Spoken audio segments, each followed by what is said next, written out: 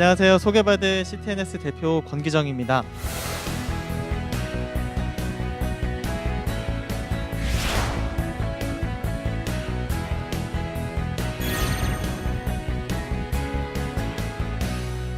스페이스데이 오신 여러분들 환영하고요.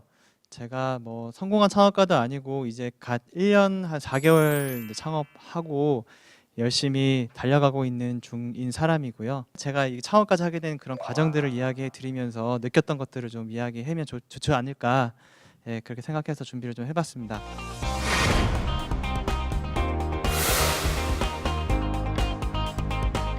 이제 창업이나 취업 때문에 지금 아마 고민하고 어떤 길로 가야 될지 이제 고민하고 계신 분들이 있을 것 같기도 한데, 이 창업을 이 더 직장 생활보다 좋으니까 창업을 하라 이런 이야기는 아니고요. 이 창업이 하나의 대안이 될 수도 있다라는 거를 좀 전달을 해드리고 싶고, 그런 분들께 좀 도움이 됐으면 하는 바람입니다. 잠깐 저에 대해서 말씀을 드리면은, 저는 산업공학과 전공해서 그 물류회사나 해운회사 이제 직장 경력 10년 정도 가지고 있고, 그다음에 창업 경력 1년 정도 가지고 있는 사람이고요. 그럼 이제 어쩌다 창업을 하게 되냐면, 이게 제가 제 인생 곡선을 좀 보면은 첫 번째 키워드가 좀 나올 것 같아요. 네. 첫 번째 키워드는 실패라고 좀 잡았습니다.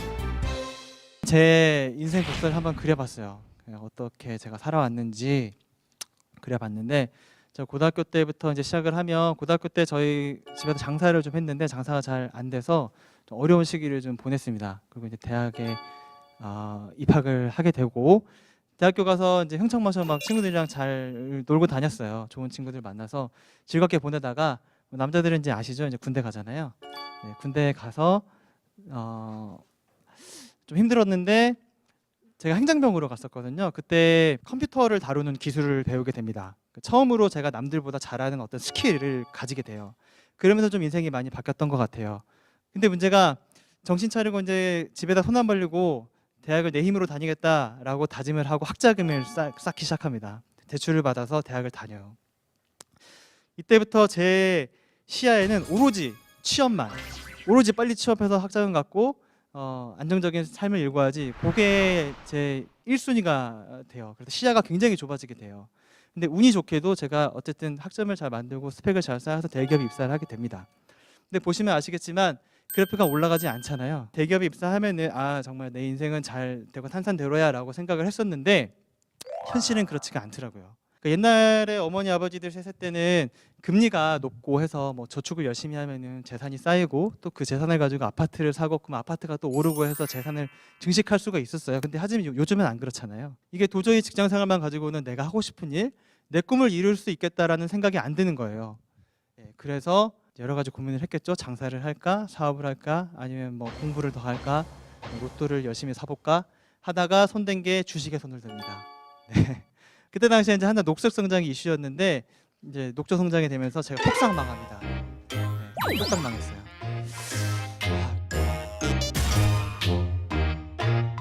요행을 바라는 게 아니라, 운의 영역에서 성공을 바랄 게 아니라 내 실력, 나 자신에게 투자를 하자 해서 유학 공부를 시작합니다. 유학을 해서 공부를 해서 능력을 쌓아야지. 하지만 이때 돈을 다 날렸기 때문에 유학을 준비를 다 끝냈어요. 점수를 다 만들고 했지만 돈이 없어서 못 갔어요. 공부하느라 돈만 더 쓰고. 네. 두 번째 실패를 맞이하게 됩니다.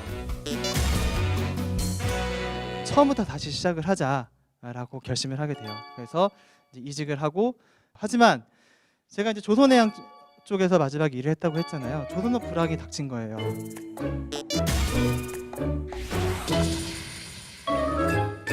그리고 또 제가 직장 생활을 하면서 여러분들을 지켜보니까 보통의 이런 평범한 인생을 사는 게 굉장히 어렵더라고요. 부모님들께서 평범하게만 살아줬으면 좋겠다라고 이야기하는 게, 그게 진짜 쉽지 않기 때문에 그런 것 같아요. 쭉쭉 뭐 스펙 쌓아서 취업하고, 이제 결혼할 때 되면 대출 받아서 이제 뭐 아파트 하나 얻어가지고 살다가 내 집 사면 명태희태 날라오거든요. 이 중간에 하나만 삐끗하면 이게 다시 올라오기가 힘들더라고요, 보통 사람들은. 그래서 그럼 저는 한 살이라도 어릴 때 좀 창업이라는 실력의 영역에서 성공을 해서 중간에 시련이 오더라도 가족과 나를 지킬 수 있는 그런 힘을 길러야겠다라는 생각을 하게 됐어요. 그렇게 해서 이제 창업을 하게 됩니다. 회사명은 이제 크리에이티브 테크놀로지 엔터프라이즈라고 해서 창의적인 기술로 세상을 놀라게 하자라는 기치를 걸고 시작을 합니다. 네, 두 번째 키워드.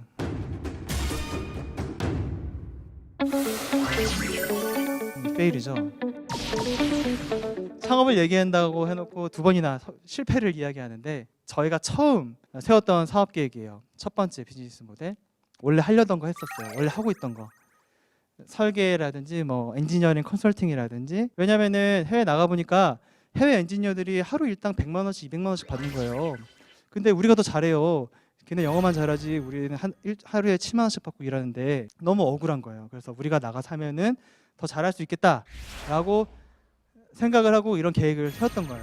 그런데 나와서 보니 이건 안 되는 거예요. 시장이 엉망이 됐잖아요. 시장이 없고 또 이거 하는 사람이 너무 많아요. 경쟁이 너무 치열해요. 그래서 안 된다는 걸 바로 깨달았습니다. 그러면은 이제 창업을 하려고 하는데 어떻게 해야 될까? 창업에 대한 공부를 좀 해야겠더라고요. 그래서 교육을 받기 시작합니다. 창조경제혁신센터에서 창업 교육을 수료를 하게 돼요. 그때 이제 아이디어를 냈던 게 이거였어요. 저희가 처음 썼던 한 장짜리 사업 계획서거든요. 제가 이제 해외 자유여행을 해보니까 더 돌아다니고 싶고 더 구경하고 싶은데 다리가 아파서 구경이 힘든 거예요. 허리가 아프고 현지에서 뭔가 탈 것이 있으면 좀 더 여행을 재밌게 할 수 있지 않을까? 그런 아이디어에서 시작이 됐던 거였고 여행 가방에 바퀴를 떼고 손잡이를 떼면 두 개를 조립하면 탈 것이 되는 그런 아이디어였어요. 요걸 이제 이 아이디어를 계속 발전을 시켜서 사업 계획서를 만듭니다. 그래서 정부 지원 사업에 덜컥 합격을 해요. 정말 좋았죠. 이게 저희 사업 계획서만 썼는데 거의 한 7천만 원, 8천만 원 가까이 사업 자금을 지원을 해준다니까 얼마나 좋습니까? 저희 순진한 직장인들 이제 갓 나왔는데 신나가지고 창업을 했죠. 사업자 등록을 내고 저희가 이제 처음 그 사업 계획서 내용이거든요. 발췌한 건데 정말 지금 보면은 말도 안 되는 어처구니없는 계획입니다. 6월 달에 시작을 해서 12월까지 양산 설계 디자인 완료하고 투자 유치까지 한다고 돼 있어요. 무식하면 용감하다고 얼마나 무식했는지 지금 생각하면 참 한심합니다. 하지만 아마 많이 알았으면 시작을 못했을 거예요. 몰랐으니까 시작을 했죠. 저희가 그때 당시에 만들었던 거예요. 딱 봐도 이거 안 되겠지 싶지 않습니까? 이건 안 되는 겁니다. 기술 역량 부족 이거 저희가 가진 백그라운드로는 절대 불가능한 아이템이었던 거예요. 짧은 기간 동안에. 그러면 이제 좀 더 우리가 이 사업 비즈니스 모델을 발전을 시켜야겠다 해서 전문적인 엑셀레이팅 프로그램에 이제 어플라이를 해서 그거를 프로그램에 수료를 합니다. 그때 당시에 이제 나온 사업 계획서인데 사실은 이제 스텝 바이 스텝으로 나눠서 가자. 할 수 있는 것부터 차근차근 가자. 이제 그런 계획을 세웠던 거예요. 하지만 이거 안 되는 겁니다. 이거 스텝 바이 스텝 해도 이거는 무리한 아이템이고 무리한 계획이에요. 이건 안 되는 거였어요. 저는 이 창업을 하기 전에 약간 창업에 대한 환상이 있었어요. 창업하면 대박, 뭐 한 방에 대박, 아이디어만 좋으면 투자해준다던데, 정부 지원 사업 엄청 많다던데. 하지만 그게 아니더라는 거죠. 대부분의 성공하는 사람들을 보면은 최소 2년에서 길게는 10년 이상 정말 거기에 몰입하고 최선을 다했을 때 성공이라는 열매를 얻을 수 있다라는 교훈을 얻게 됩니다. 그러면 이제 여기서 저희가 포기를 했을까요? 포기하지 않았습니다. 세 번째 이제 키워드를 잡자면 진행 중이에요. 진행 중이고요. 끝까지 성공이란 단어는 안 나옵니다. 근데 저희가 지금까지 어떻게 진행을 하고 있는지 이제 이야기를 드리려고 해요. 저희가 이제 1주년 됐을 때 만들었던 영상인데 처음에 이제 창업 결의했던 내용이고 처음에 저희가 아파트 방바닥에서 이렇게 회의했던 모습이거든요. 그다음에 창조경제혁신센터 입주하면서 사무실을 처음 얻게 돼요. 그리고 지금 8명이 됐습니다. 작년에 저희가 장려상만 받아가지고 장려상 전문기업 별명이 있었는데 올해는 대상도 한번 받아봤어요. 그리고 이제 올해부터 수익 사업을 좀 시작을 해서 한 2억 원 정도 매출 좀 기록할 것 같고요. 이런 전기 오토바이 같은 제품을 저희가 유통을 시작을 하게 했습니다. 네. 이렇게 열심히 살아가고 있고요. 저희가 개발하고 있는 제품을 간단하게 소개를 드리면 포터블 전동 킥보드를 개발하고 있어요. 대중교통이나 자동차와 편리하게 연계하여서 사용할 수 있는 근거리 이동 수단이라고 생각하시면 됩니다. 이 아이템은 저희 집이 사실은 집과 버스 정류장이 굉장히 멀었거든요. 근데 이게 하루 매일 편도 10분씩 하려니까 굉장히 스트레스더라고요. 그래서 여기에서 이용할 수 있는 그런 상품들, 그런 모빌리티가 없을까라고 이제 고민을 하다가 사실 이런 것들을 제가 많이 관심이 있었거든요. 근데 기존의 전동 킥보드 같은 거 보면은 아무리 작아도 좀 들고 다니기가 불편했어요. 버스에서 써보려고 했는데 좀 민폐더라고요. 그리고 이제 수동 킥보드나 이런 접이식 킥보드는 좀 불편하고, 네, 그래서 이런 제품을 개발하게 됐고, 간단하게 특징을 보여드리면, 네, 간편하게 접고 끌고 다니고 뭐 휴대하기 편리하게 그렇게 만든 이런 컨셉의 제품입니다. 자랑할 게 있다고 하면은 저희가 이제 굉장히 짧은 기간 동안에 저희가 하고 있는 모든 일들을 이뤄냈다라는 거인 것 같아요. 1년 한 4개월 됐는데 이제 제가 혼자 한 건 아니고 저희 팀이 있었기 때문에 가능한 겁니다. 팀워크와 실행력이 저희 가장 큰 장점이라고 생각을 하고, 제품 개발과 더불어서 유통하고 판매하는 유통망을 구축하기 위해서 온라인 쇼핑몰과 오프라인 편집샵을 좀 오픈해서 운영하고 있어요. 또 크라우드 펀딩도 짧은 기간 동안에 저희 3번이나 성공을 시켰고, 매출도 저희 가파르게 좀 오르고 있어서 손익분기점 달성을 위해서 열심히 노력하고 있습니다.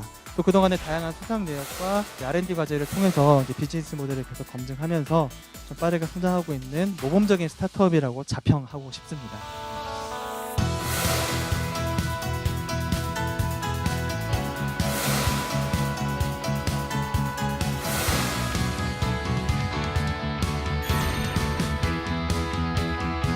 네, 저희가 지금은 이제 전동 킥보드 쪽 개발과 유통, 전동 퍼스널 모빌리티 쪽 개발 유통을 하고 있는데, 거기서 그칠 건 아니고요.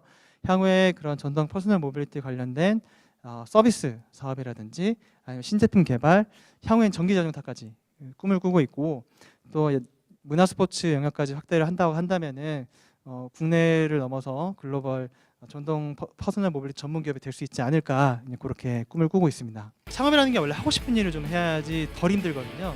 그냥 창업이라는 게 굉장히 할 일이 많고 굉장히 바쁘고 직장 생활보다 훨씬 많은 일들을 해야 됩니다. 하지만 그럼에도 이 일을 계속 할 수 있는 원동력은 내가 좋아하는 일, 내가 하고 싶은 일이기 때문이에요. 지금 저한테 뭐 때문에 지금 이렇게 힘들게 하느냐 한다 그러면은 저희 회사를 믿고 함께 해주는 이 팀원들을 전원에 성공하게 만들고 하고 싶은 일을 할 수 있게 다 같이 그렇게 만드는 거, 그거가 저희 지금 드라이빙 포스라고 할 수 있을 것 같아요. 제가 처음에 대기업에 들어갔을 때 이런 모습이었던 것 같아요. 그러니까 예쁜 찻잔 안에 담겨 있었어요. 그리고 저는 이게 굉장히 만족스러웠습니다. 굉장히 남들이 보기에도 좋았고 평화롭고, 하지만 제가 여기 조금 있어 보니까 금방 지루하더라고요. 좁아요. 금방 지루하고, 또 조금 더 있으니까 이 컵이 깨질 것 같아서 불안해요. 저희가 처음에 조선해양 사업이 이렇게 될지 몰랐잖아요. 그리고 또 컵은 무조건 깨져요. 언젠가는. 평생 직장이라는 개념이 없잖아요. 그러면 내가 이 바닥에 쏟아졌을 때 어떻게 할 것인가, 어떻게 살아남을 것인가. 제가 창업을 하기 전에는 사실 저도 답이 없었어요. 그냥 불안했던 것 같아요. 근데 제가 창업을 해보니까 지금은 좀 자신감이 생겼어요. 그러니까 어떤 상황이 닥쳐도 난 살아남을 자신이 있다. 왜냐면 내가 컵을 만들면 되잖아요. 제가 컵을 만들면 되는 거예요. 더 큰 컵을 만들면 되는 거예요. 그래서 만약에 창업에 관심이 있고 뭔가 도전해보고 싶다라고 하신다면은 일단 창업에 대해서 공부를 한번 해보시고 한번 도전을 해보시라고 권해드리고 싶습니다.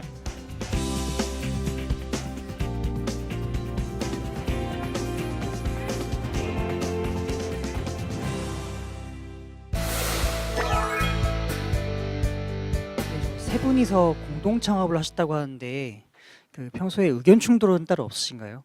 공동 창업에 대해서 사람들이 많이 이야기하잖아요. 공동 창업하면 망한다, 뭐 의의 상하고 뭐 결국엔 다 찢어지게 돼 있다, 뭐 많이들 하시는데, 생각이 다 다를 수밖에 없어요. 세 사람이 있는데 저희 같은 경우에 생각이 다 다른데 그거를 좀 존중하는 게 중요한 것 같아요. 이게 똑같은 사람들끼리 모이면 오히려 더 안 되거든요. 다 안 되는 것 같아요. 그러니까 생각이 다르다는 거를 인정하고 존중하고, 그게 회사 경영에 큰 문제가, 큰 해를 끼치지 않는다면은 저는 그냥 한번 해보시라고 하거든요. 지금 이게 메인 비즈니스랑 좀 다르더라도 그냥 한번 해보자. 그게 실패로 돌아오더라도 그 과정에서 또 배우는 게 있고 얻어지는 게 분명히 있거든요. 그리고 또 공동 창업이 좋은 게 뭐냐면 대표처럼 일하는 사람이 3명 있는 거예요. 쉽게 말하면 아무리 직원들이 열심히 따라와 준다고 하지만 결국에는 대표처럼 똑같이 일을 해달라고 요구는 못 하거든요. 근데 이제 공동 창업자들은 3명의 대표가 있는 거나 마찬가지예요.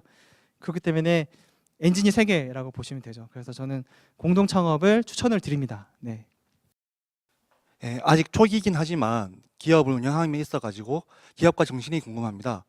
되게 어려운 질문인데 철학적이고 기업가 정신 저는 그러니까 대학교 때 그 읽은 책에서 그 아직도 그 문구가 잊혀지지가 않는데 사람이 태어나는 이유는 세상을 좀 더 이롭게 하기 위해서죠. 뭔가 세상에 조금이라도 기여하기 위해서. 창업도 마찬가지인 것 같아요. 회사를 만들었으면 뭔가 세상을 좀 더 이롭게 만들고 뭔가 사람들을 좀 더 편하게 만들고 문제를 해결하고 이런 과정 이런 목적이 돼야 되는 것 같아요. 왜 회사를 설립하면 법인이 생기잖아요. 법인도 하나의 인격이잖아요. 그러니까 내가 인격을 만든 거기 때문에 그 인격이 세상에서 좀 더 조금이라도 도움이 되는 그런 회사를 만들어야겠다라는 게 생각입니다. 그러면은 돈이 자연스럽게 따라오지 않을까 그런 생각을 가지고 있습니다. 그럼 이것으로 제 순서는 마치도록 하겠습니다. 감사합니다.